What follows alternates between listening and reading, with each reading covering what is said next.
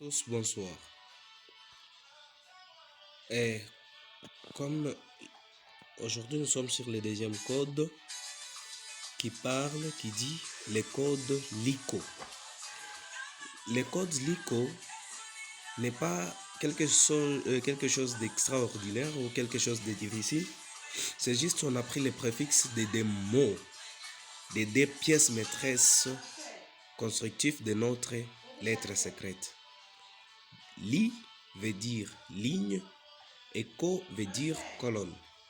L'introduction nous dit que, comme son nom l'indique, ces codes consistent à construire un message codé en se basant sur la localisation de chaque lettre et chaque chiffre partant de sa ligne et de la colonne.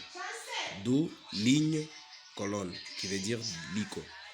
Maintenant, pour bien construire ces codes, il est nécessaire de se construire un mot de passe. Ce mot de passe est obligatoire. Ce mot de passe doit être constitué de 6 lettres alphabétiques qui ne se répètent pas. Voilà.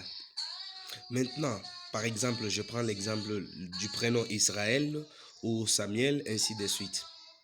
Alors, voilà comment il faut construire. Vous mettez en place un tableau de 7 colonnes et 7 lignes. Dans ces tableaux-là, vous allez faire ceci. La première case, elle est là. Vous la divisez par D. Voici la colonne et voici la ligne. Maintenant, vous mettez ici 1, 2, 3, 4, 5, 6. Ici encore, vous mettez même chose. 1, 2, 3, 4, 5, 6. Mais si vous comptez, il y a combien? 1, 2, 3, 4, 5, 6, 7. Ici encore, il y a 1, 2, 3, 4, 5, 6, 7. Vous allez constater que ici au milieu, nous allons rester avec 36 cases. Or,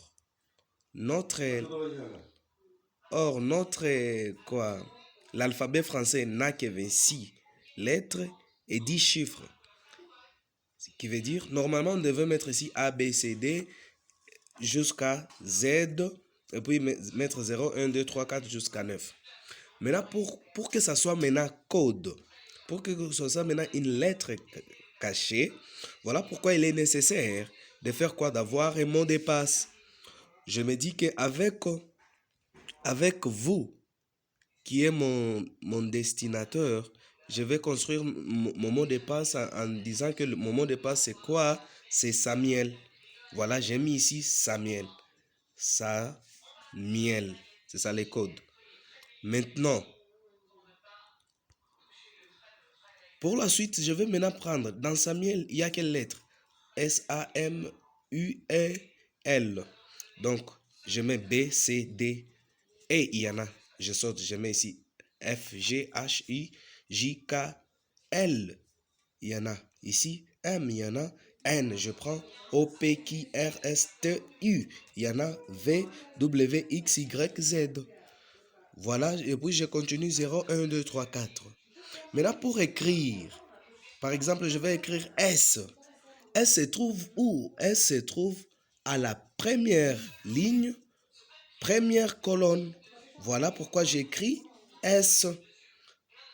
A se retrouve où? À la première ligne, deuxième colonne. Là, j'écris A. Alors, voilà pourquoi je vous ai montré tout ça.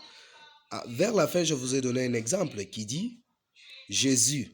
Jésus devient J. J se trouve où?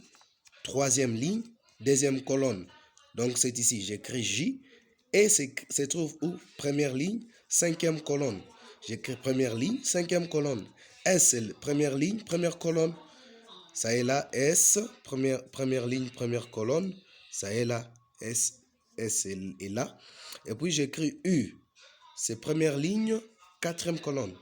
Première ligne, quatrième colonne. S encore, c'est première ligne, première colonne. Voilà un peu ça qui constitue notre code.